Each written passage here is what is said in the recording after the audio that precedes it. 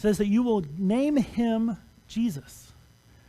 Now, there's also some folks who get a little bent out of shape over the name. That there are sections out there who say that he was Hebrew, he was a Jew, his name is Yeshua, and that's how you should refer to him. And then there's people who say, no. The Bible was written in Greek. The name of Jesus in the inspired words is Jesus, so that's what you should refer to him as. And they get in their arguments, and honestly, the pronunciation of the name isn't that big of a deal. Because when you get down into it, they're the same word. So let me take off my preacher hat and put on my professor hat. In the Hebrew, right? Have you ever seen the Hebrew language? Can you even identify letters in the Hebrew language if you had it in front of you? No. Have you ever seen the Greek language? Right? Their alphabets do not match up. Okay, in the two languages, they even have sounds that the other language doesn't even have a letter for. Whenever you have that kind of situation, you don't just translate a name or carry it over. You take what's called transliterate. You take the sound and you spell it out as close as you can in your language, in your alphabet. And so you have in the Hebrew the word Yeshua. So you have the name Yeshua. Well, the Greeks don't have those letters.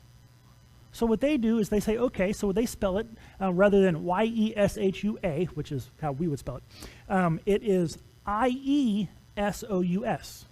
in the Greek, basically. That's loosely because that's not their letters either. I'm transliterating in English. But it's the exact same word. Yeshua, Jesus in the Greek. Exact same word. They're just pronounced a little different because they're spelled a little different because the languages, the whole alphabets are different. But they're the exact same word. And then we take that Greek word, and we transliterate it over into Latin, which becomes Jesus, and then we transliterate that over into English, which we get Jesus. But it's all, every single step of the way, it's the exact same word. And I know this because a couple hundred years before Jesus came along, the Hebrew scholar said, hey, everybody's speaking Greek. Let's translate the Bible into Greek. So they took what they had, the Old Testament, translated it into Greek.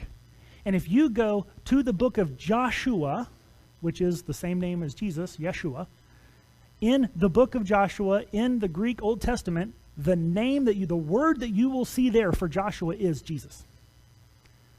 It's the same name. It's the same word. It's just spelled different because it's a different language.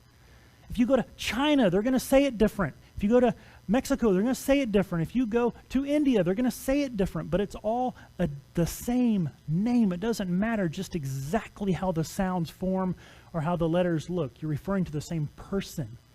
And it's the person that is important because no matter what, it means the same thing. It means Yahweh saves. That's the important thing. A child is coming. You're going to have a child and you will call his name Yahweh saves. God has not left us on our own, that he is coming to save his people.